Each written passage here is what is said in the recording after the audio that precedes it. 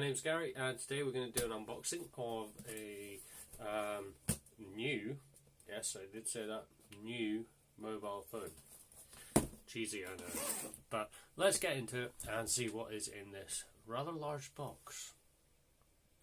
So as you can see, we've got this rather large box from a company called Nuu Mobile. So let's open it up and see what we got.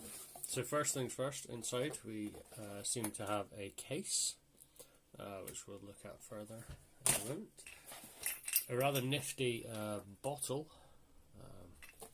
These are always handy to have. And lastly, we have the phone itself.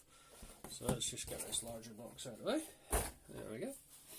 So that's the phone itself, in this kind of blue colour. You'll see G3 with Nuu Mobile written on the bottom like that. And on the back we can see the specs. Now Nuu is a company that are made in China, and this has been imported via Pyramid Limited. Okay, so you can see there we've got a MediaTek chipset, and we've got some fairly reasonable specs. So we're looking at a 5.7 HD IPS display, 2.39 GHz octa-core CPU, 13 meg plus 5 meg rear camera, front camera of 13 meg, dual SIM, 4 gig RAM, 64 gig ROM, and a 3000 mAh battery. So not too shabby really. So let's try and get into the box. Sorry, it's one of those ridiculously tight boxes. So we'll just try and work our way in. So I came across Nuu for the first time when I was at MWC earlier on this year, and had a little bit of a look around the stand, and they then approached me and asked me if I wanted to review one of their phones. So I thought, why not? This phone is coming in at around about £199 to £250. As I said, you will need to buy it online. You will not see these phones in the high street. So that's the phone first and foremost. We'll move that off to the side and see what else we get in the box. You can see straight away the packaging. It's not quite what we would expect of things like a Galaxy Note or an S7 or an iPhone, but it does the job. Little instruction manual there underneath. As is always the case, I find with Chinese manufacturers, they do give you a little TPU case. Not the greatest quality, but it's nice that it's there. It means you don't have to worry about getting a case on it from the get-go. 3-pin plug, always good to see. And the power brick, which has also got an international adapter on it. Now this power brick has got, when it focuses, an output of 5 volts and 2000 milliamps.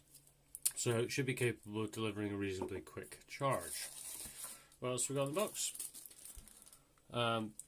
Type-C to 3.5mm audio jack, so you'll probably be able to tell from that there is not a 3.5mm audio jack on the phone.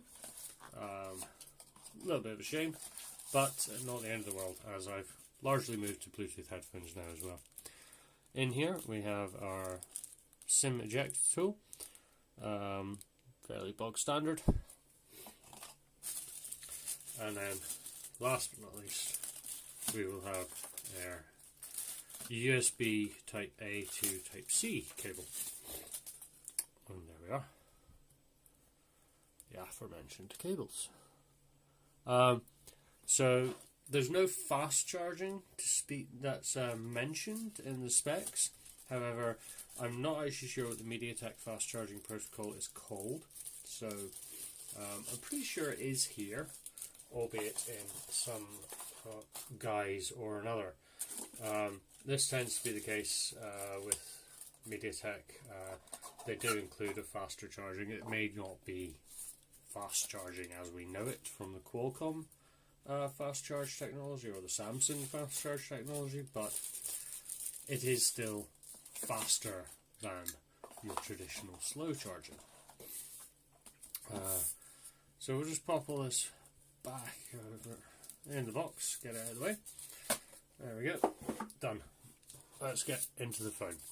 So we have the blue one here. I'm not sure if they give it another term. Yep, they call it Sapphire.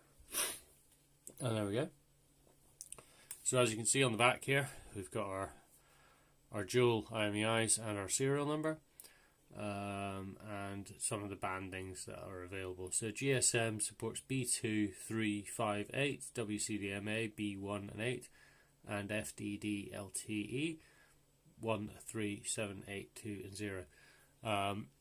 I've not tried this with a SIM card in it yet. I will be testing it exclusively with O2 in the UK, so we'll see how it gets on. We do have a dual SIM tray arrangement, so you've got the option of having either 2 SIMs or a micro SD card and a SIM, very much like what we're seeing on the hybrid S9 and also the hybrid Note 8 and Note 9. On the side, power button, volume down, volume up. Quite nice textured power button there. Not sure if you can make that out. On the back, fingerprint reader and your dual array camera and a dual LED flash. On the top, we have a hole for our SIM tray. On the bottom, your USB Type-C and what looks to be dual speakers, but upon closer inspection you can actually, again you may not be able to see this on camera, you can see that this speaker is actually closed off and all it is one pinhole mic for your secondary mic. Primary mic, I'm guessing, is going to be somewhere around the top of the phone. I can't see it obviously, but it will be there. On the top of the phone we have got our earpiece. Sadly it is just an earpiece, it is not a speaker. And then we have a front-facing LED flash, our front-facing camera, and some sensors just buried up in the corner there. Barely see them.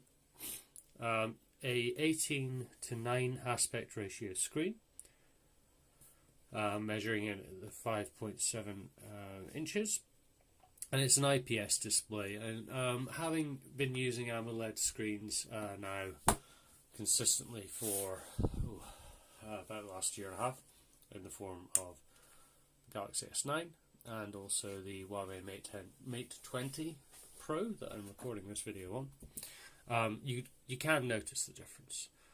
On the bottom we have no buttons there, and this has got on-screen buttons from what I've seen in Android. So we'll just get this booted up. I'm just going to pause the video while I do that because there's not much to see here. Nice little animation though, so we'll just wait for that to finish and then we'll pause the video.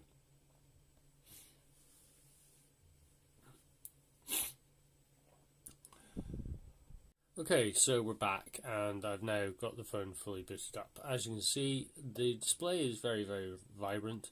There is a bit of glare coming off that. One thing I would say about the display, again, if I compare this to my S9, one of my pet peeves about displays out of the box is the icon size. So the first thing I'm going to be doing is I'm going to reduce that icon size. So let's just do that.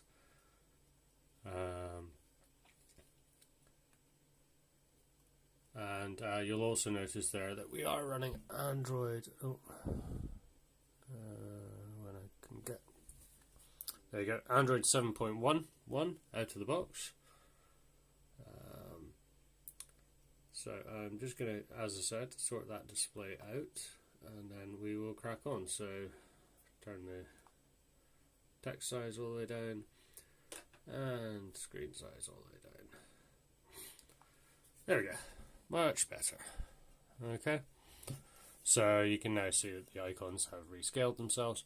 Let's just change that background to something a little bit more conducive for the camera. There we go. Home screen and lock screen. Happy days. So you can now see the icon size is a little bit better. We do have an app drawer, and it uses a Pixel-esque style launcher.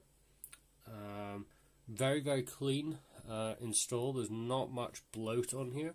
The only thing I can really see that is extra stuff would be file manager, ETWS sound recorder, and their own default camera app.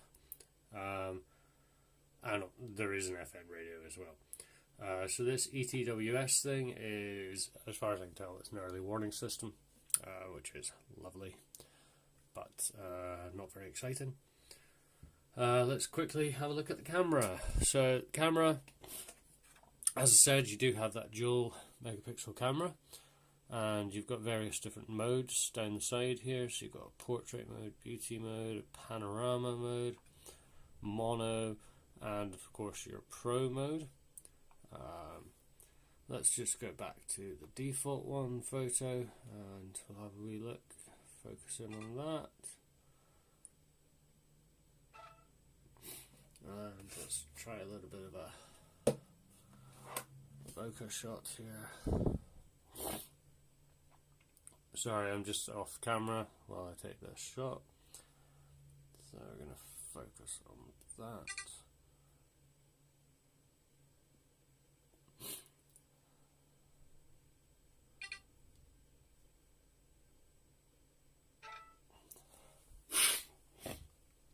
So there's our two shots there. So you can see that one's kind of an attempt at a bokeh shot, and then that's the other one there. So the camera looks fairly reasonable. I have actually played around with the camera a little bit before I did this unboxing. I was recently on a trip to Ireland and I took the phone over there with me. Yeah, I've just had a warning saying the battery on my phone's about to run out. So we'll conclude this video here. Please like, follow and subscribe for more videos from coolsmartphone.com, and we'll see you on the next one. Cheers. Bye.